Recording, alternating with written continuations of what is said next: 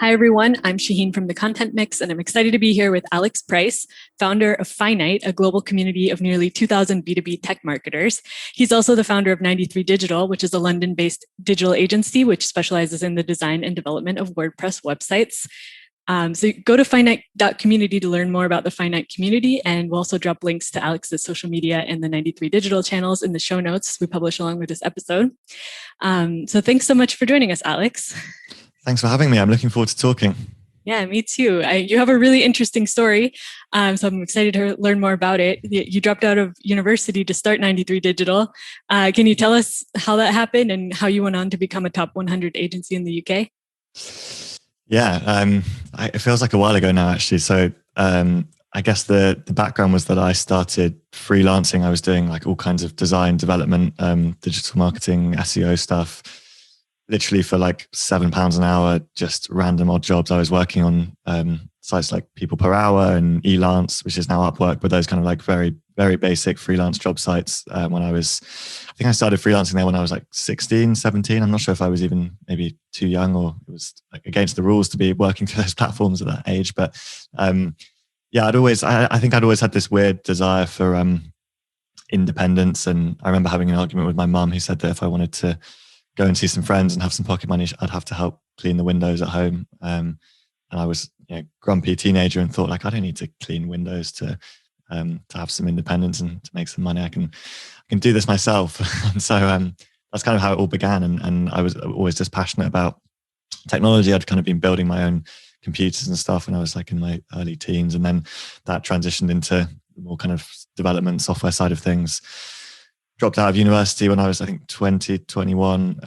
I kind of did a first year of uni at King's College in London, which was great. And I loved it. But I just kind of reached this crossroads where it was like, I couldn't keep doing both. I had like, I think like 8 hours a week of university contact hours. Like I was working way, way more than I was studying.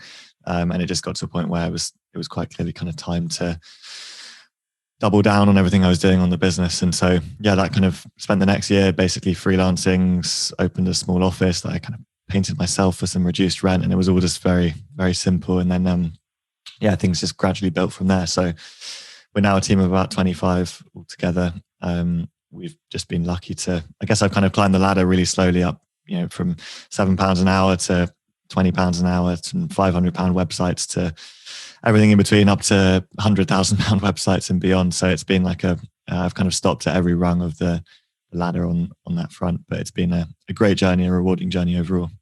Yeah, I can definitely relate to that story. Being an agency owner, although you figured it all out a lot sooner than I did. But I think I did the same thing 10 years later. But none of us have it figured out, really, I don't think. I think I'm still figuring it out right now. Yeah, that's true. So can you tell us more about the Finite community and how did that start and how did that grow into what it is now? Yeah, sure. So Finite was kind of born out of us wanting to bring together initially our clients. So we at the agency, we've got 93 Digital where we do all the UX design and build work, websites for global B2B tech SaaS clients. We've then got 93X, which is our kind of digital marketing team where we do PPC and SEO. So we're kind of working heavily with the B2B technology sector as an agency and as a digital partner. And we had all of these kind of same briefs coming in where the challenges were very similar, the objectives were very similar. We had all these clients looking for advice. And you'll know that often in even quite big B2B tech companies, marketing teams can feel quite small, can feel quite isolated. They're often very product and technology-led environments, and marketing's just kind of slightly sidelined. And there's this really like strong desire for people to connect and share and learn and follow best practice. So initially it was like, why don't we just get our clients literally around a table, 10 of them, connect them. We can kind of be at the hub of that, get people talking and connecting and sharing and learning and growing. And then we thought, actually, why don't we just open it up into something more than that? And so we started kind of building Finite as its own brand, as I guess our vehicle for doing events and building eventually what turned into a community.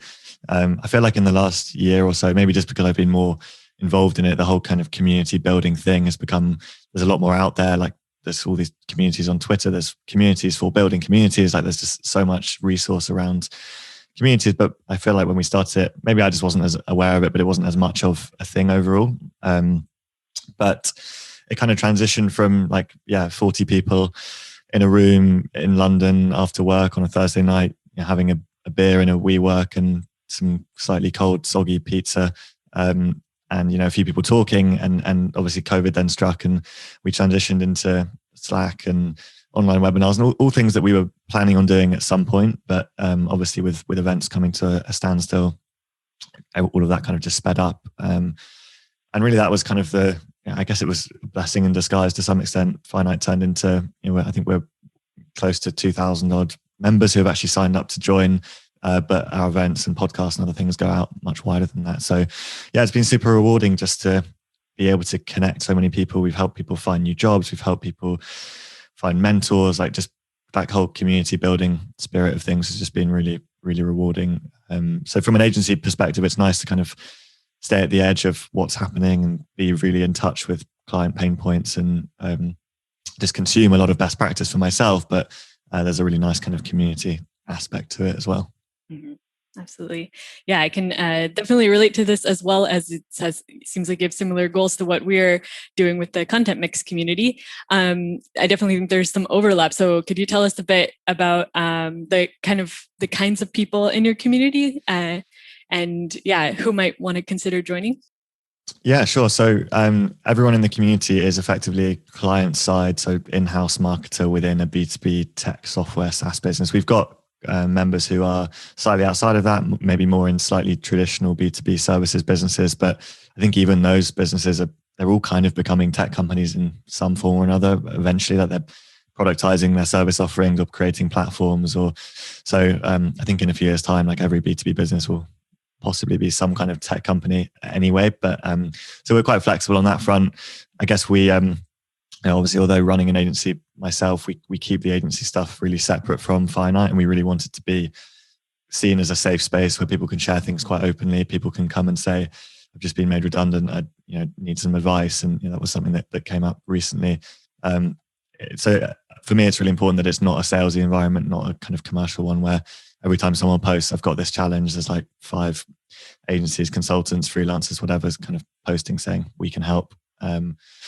So that's the only kind of one, I guess, criteria that we look at, is making sure that so all the applications we look at are client side marketers only. But other than that, it's everything from like marketing exec through to CMO, VP of marketing, even the odd founder that's just really interested in the marketing side of things. And yeah, everything in between. So I guess we've got huge kind of enterprise technology companies, the IBMs and SAPs and all of those kind of organizations. And then we've got equally 5-person, seed funded SaaS startup and everything in between. So there's a lot of different levels of people and company within the community. And we do all kinds of different webinars and events that I guess some of them appeal more to the more kind of enterprise businesses, and others are more to the smaller ones. And so there's a bit of everything for everybody if you're kind of broadly in the B2B marketing world. Mm-hmm. And could you tell us, like, why did you decide to focus on B2B? Why do you think B2B marketers specifically need their own community? Yeah, good question. I mean, I think, as I said, like this fact that something we come across a lot as feedback is that marketers we talk to, B2B marketers, are often feeling quite isolated, feeling like their teams are quite small. Even in companies that are hundreds of people strong, there might be 3 or 4 kind of B2B marketers working as a team, reliant on a few external partners and agencies and stuff. And I think obviously the challenges that come with the B2B marketing landscape, fairly lengthy, considered, complex buyer journeys that take some time. There's a lot to be learned, I should say, and we do try and do this from the B2C side of things. I don't really, although this is a B2B community, I don't believe in the kind of complete separation that you're one or the other. I think both can learn lots from each other as disciplines. But I think there's some unique kind of challenges, as I've mentioned, just on the B2B side. And so it's nice for people to come together and talk about those. I think with any community, like having quite a niche focus is a good thing, either in terms of industry vertical or discipline. Yours is focused on content marketing specifically, but then maybe across a number of different industry sectors, whereas we're a bit more sector specific, maybe, although B2B tech is still a really broad umbrella, right? There's everything from like fintech to HR tech to event tech to basically pick a word and put it in front of tech, and there's probably a company in there. So I think it's just nice to have a niche and a focus that at least gives you a a framework around which to produce all the content and webinars and the events that you run. Mm-hmm, absolutely. Like, yeah, experience sharing, like specifically around the challenges that that type of marketing entails, right? Exactly. Yeah. I did want to say that we actually got in touch because one of our previous podcast guests, who's just James Stacy from Red Hat, is a member of your community, and he was like super enthusiastic and really recommended it. So I saw that. Yeah, that was kind of him. So appreciate the shout out, James. Thank you. Cool. And I was curious about you chose Slack as your platform for the community. I guess, what are the advantages of using Slack, and what do you think about? I mean, what went into that decision? Yeah, it's probably the thing that I get asked the most, and the one that I think about the most still, because I'm still not, certain or there, and I'm very open to different platforms. I guess I just fundamentally believe that you kind of have to go where people already are to, in most instances. And I think a lot of companies are already on Slack, basically, in a nutshell. There's a lot of great community platforms out there. The ones that we looked at often are quite kind of discussion led. They're almost just like online forums. And actually that's not really any different to Slack anyway. And you can log into Slack in your web browser. So why not just use Slack? Others are a bit more enterprisey and they kind of pull together content and resources. But I still haven't yet demoed one where I thought this could be great enough that people will be willing to create a whole new account, monitor a whole set of new notifications. With LinkedIn and Facebook and WhatsApp and Twitter, like people are just bombarded by notifications, right? And I think asking people to create yet another account on something and monitor yet another channel, I think is a big ask, unless you've got something really, really special on the other side of that sign in, that gateway, that account that someone has to create. And I think we've got some great content, and I think there's obviously a lot of reasons to become a Finite member, but I just think you have to make these things as kind of as frictionless as possible and go where people already are. So I'm hoping that something comes along maybe that just completely wows me, and I'm like, God, that is a genius idea as a platform, and right price point and has all the features and makes it really easy. But I haven't yet found that thing. I don't know I think you mentioned that you're mainly on Facebook. Is that right? As a Facebook group? Yeah, and it's a question we've come with, we've debated a lot as well. But we start on Facebook, and that's still our biggest platform. So, we've considered. It's the same principle, right? Like most people have a Facebook account and they're already there. Therefore, go where they already are. I just think the whole kind of build something and they will come is not as relevant for this kind of thing. We just have to make people's life easy. So. Yeah, absolutely. Also, you mentioned that obviously you started out with in-person events. Now I know you have a big digital event coming up soon, right? Yes. Well, maybe you can tell us a bit more about what you have in store at that event, but also what's it been like transitioning from live to virtual events? Yeah, so we just launched this week Finite Fest, which is our big kind of first one-day virtual conference, which is super exciting. So Sasha, who heads up our marketing and community at Finite, with some help from Jodie, our marketing assistant, I don't know how she's done it alongside everything else. It's no mean feat pulling together a whole one-day global conference with the speakers that we've managed to get. So yeah, it's been awesome. I'm really excited. That's coming up on the 13th of May. That's completely free. Anybody can join. So regardless of whether you're a Finite member or not. I guess broadly that transition has been challenging in some respects, but then also opened up tons of opportunity, right? I think physical borders around the world have obviously gone up, but digital borders have been stripped down, and we've been able to get Finite out there into so many more regions. I think I mentioned before we started that we're kind of 25% EMEA, 25% APAC. Oh no, I think it's 50% EMEA, 25% North America, 25% APAC broadly as a membership split. So we've, there's a lot of B2B tech hubs in Scandinavia and Israel and Singapore and Australia, and obviously the East Coast and the West Coast of the US. So that's really allowed us just to widen our audience, I think. So it's been fine. I think the challenge has just been this whole kind of digital fatigue piece of how do you keep webinars short enough and snappy enough and interesting enough to kind of get people there. We saw kind of once we started doing them, a bit of a slip off gradually of people that would actually attend. I think broadly 50-60% of people that would register would then actually come on to the webinar live. Lots of other people can watch it on demand, which is great, and we're producing evergreen content really, so that's still valuable. But yeah, I think the idea of like an hour-long webinar panel discussion is, probably needs a bit of a rethink. We're trying to keep them like half an hour, maybe 40 minutes, a couple of, one person talking, 20-minute discussion. I think people just want like bite-sized, accessible content a lot of the time, but they also want it to be tangible and useful. And so I think that's the struggle with producing that kind of content. I think the challenge really will be when it goes back to potentially doing physical and virtual, like that mix of, the hybrid event where we've seen platforms like Hopin raising tons of money and really kind of, I think, well placed to pioneer that space. That will be the challenge, because do you do physical events and then also try and film them and live stream them and put them online, or do you just do physical events and then virtual events separately? Like, if you do the streaming, then it comes with the overhead of needing all the cameras and like basically a full production team to do that. Like, it becomes a lot more complex. So I think the challenge is probably more still to come. But I think it's been fun and easy for us to scale in the last year or so overall. Mm-hmm. Yeah, when you started out, you were doing events in London, right? And your community was more focused on the UK, and now you've really opened up to the world. Sounds like. Yeah, definitely. I don't think that would have happened without COVID happening, really. It may have eventually, but we would never have definitely wouldn't have been as quick. And at this point in time where we are now, we would probably still be pretty London focused, and meetup sizes might have grown a bit, but definitely not to the scale that we have now. Mm-hmm. So digital events will be part of your long-term strategy? I think so, for sure. Yeah, just given our membership split, it would be nice to have some like local meetups, and we're potentially thinking about having almost like chapter leads or something in different regions that might be able to help organize some of these things, just to help us scale it a bit in different places. So that's something we're considering and looking at. Obviously, it would be great to have some in-person stuff too, but I think given the global nature, it's nice to have keep things digital as much as possible.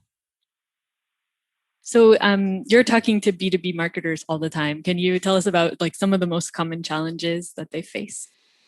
Yeah, so we actually we ran a big survey at the end of last year. So we did a survey with our community at the end of last year and published the data, basically asking them everything from like, how did your year go? Did you meet your objectives as you planned? Through to more direct impact of COVID. Some stuff about content, stuff about technology, all of those kind of things. So I think broadly we were quite happy to see that it was quite an optimistic survey. I think overall, like we did this at the end of last year when there's still a fair bit of uncertainty, arguably more so than there is now, even though there is still a fair bit of uncertainty. But I think 75% of the marketers that we surveyed said they'd been able to meet their objectives, which I think was meet or outperform. Only 25% hadn't been able to hit their objectives. So I think even in a good year without COVID, I would have thought a quarter of companies not meeting their objectives is probably quite normal anyway. So I think on balance, that was a pretty positive thing to see. I think the things that came up as challenges were, like, as I mentioned, digital fatigue. How do we keep cut through the noise with content, but also webinars and other things? How do we balance kind of quality and quantity in content, which is something you probably hear a lot and comes up pretty regularly as a pain point. We wanted to get a sense of like which channels have really grown in importance too. So we asked, we gave people a lot of options and some free fields, but webinars, no surprises, were kind of the big winner. 60%, 57%, I think, said webinars had become the most important channel or grown the most importance since COVID. SEO was actually next, so 39%, which was, I think, maybe slightly surprising, but I think from me being slightly in the SEO world, wasn't a huge surprise. We'd seen a lot of B2B tech companies with field marketing budgets frozen, no events happening, basically going, okay, our website, again, according to our survey, marketers said about 70% said the website had become more important since COVID struck, and 39% said that SEO was grown in importance the most as the channel. So those were two statistics I think really demonstrated that big shift to digital. And I think marketers have kind of been struggling a bit to pivot to digital first or digital only, really, in some respects. So those were a few of the kind of headline stats, but I could keep talking through the report for hours, so I'll let you ask me some other questions. Yeah, that sounds like super relevant, the report. Maybe we can put a link to it in the show notes as well. Yeah, that'd be super useful. On the point of like balancing quality versus quantity, do you have any tips on that in terms of content production? Yeah, I think it's I feel like it's framed slightly wrong in terms of it's a little bit black and white in terms of it being just one or the other. And obviously it's a sliding scale and there's a middle ground.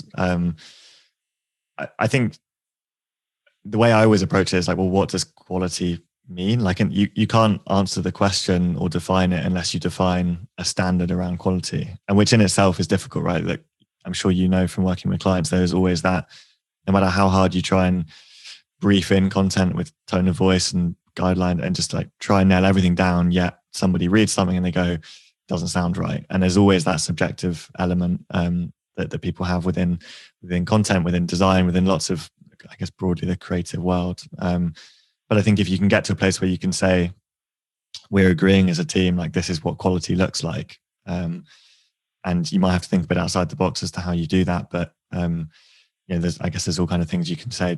Does this meet our brand tone of voice? We need measuring posts, right, against which we can compare content to tick that quality box. And I think then you can say, okay, if we're meeting these levels, if we're meeting these criteria we've set, then as long as we can keep doing that, then we need to, we can scale quantity as much as we can without falling below these kind of thresholds that we've set ourselves. So I think it's to some extent, it's almost like a process marketing operations challenge. I think in some degree, it's like, how do you build a scalable process that allows you to do enough of something, but also at that desired level of quality? Mm-hmm. Yeah, I mean, definitely, we all know like SEO has changed and evolved over the years, and apparently, I mean, the old strategies of doing lots of poor quality content and stuffing it with keywords doesn't work. I don't think that probably ever worked for B2B though, because that industry has always been about like building trust, and it's a super targeted audience.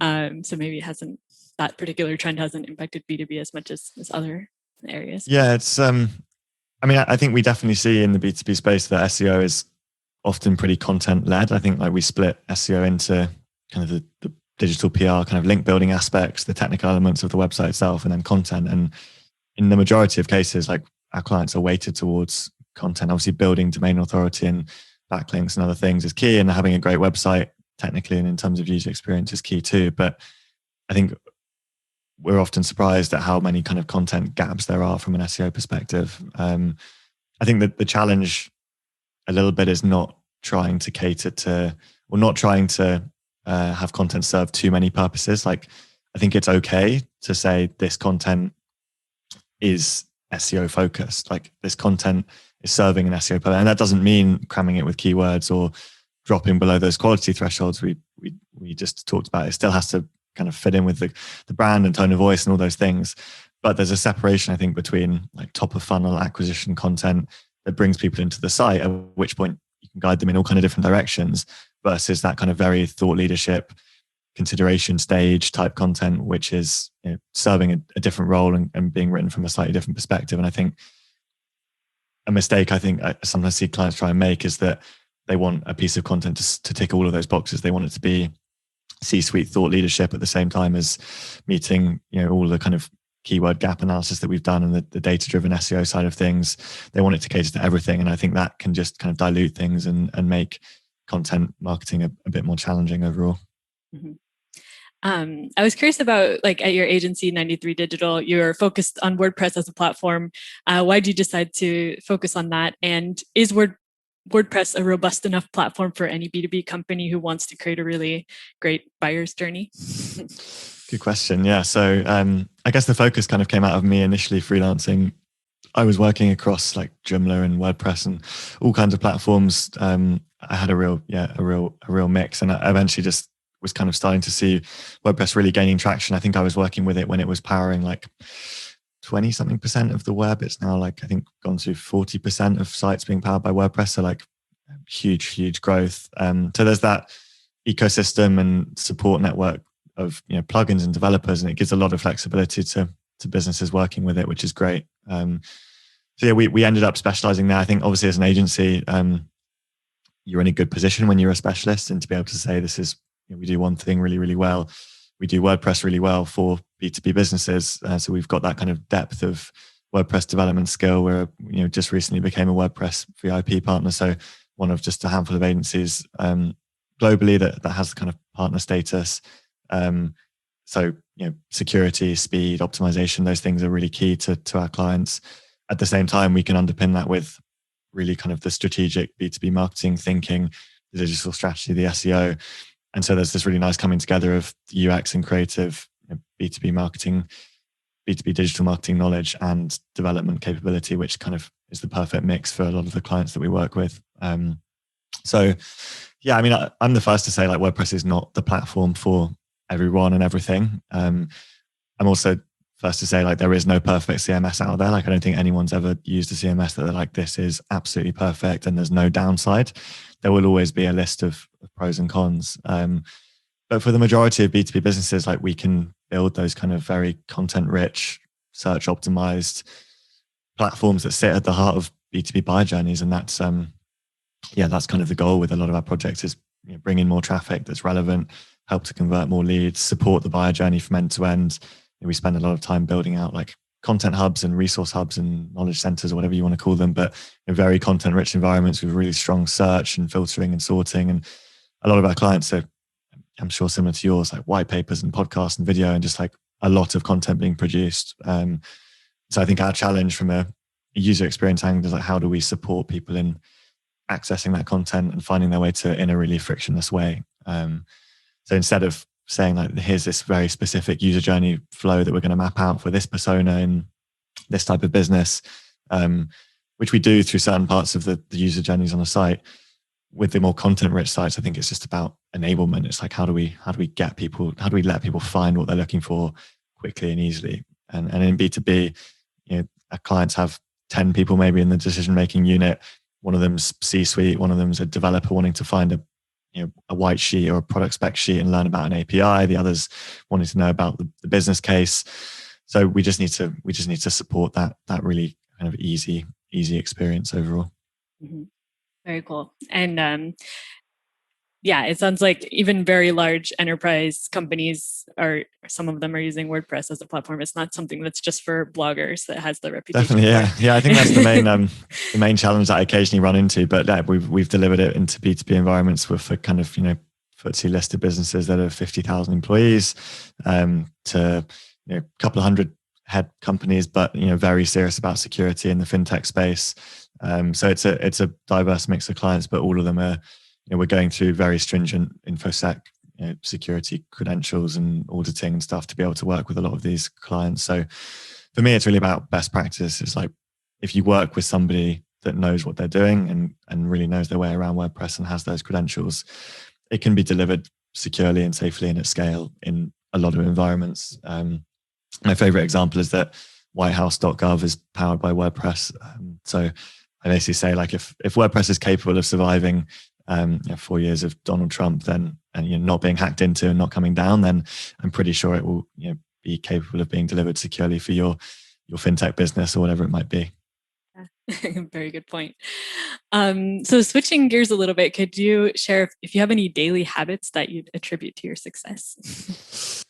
Good question. Yeah. So I feel like it's a bit of a like entrepreneur cliche, the whole kind of mindfulness practice thing, but I do try and do that when I can. I know it's one of those things that you always think you're too busy to do, but when you get the time to do it, you know how much it kind of helps and makes you feel better. I try and exercise regularly. I think pretty basic things, but over the last 8 or 9 years of kind of growing agency and business, different sides of the business, I've kind of at multiple points hit burnout and ended up in bed for a couple of weeks and just kind of completely. So I've definitely learned the hard way of like where my limits are. And I think I'm quite in touch with myself now in a weird way. Like I can kind of feel it coming. I know when I might be about to be getting a bit sick or being overworked. So I've learned the hard way to get that balance, but I think that's what it's all about is particularly, and I'm sure you're the same, right? Like you finish work, but you're kind of always just thinking about work. And it's the first thing you think about when you wake up and the last thing you think about when you go to bed. So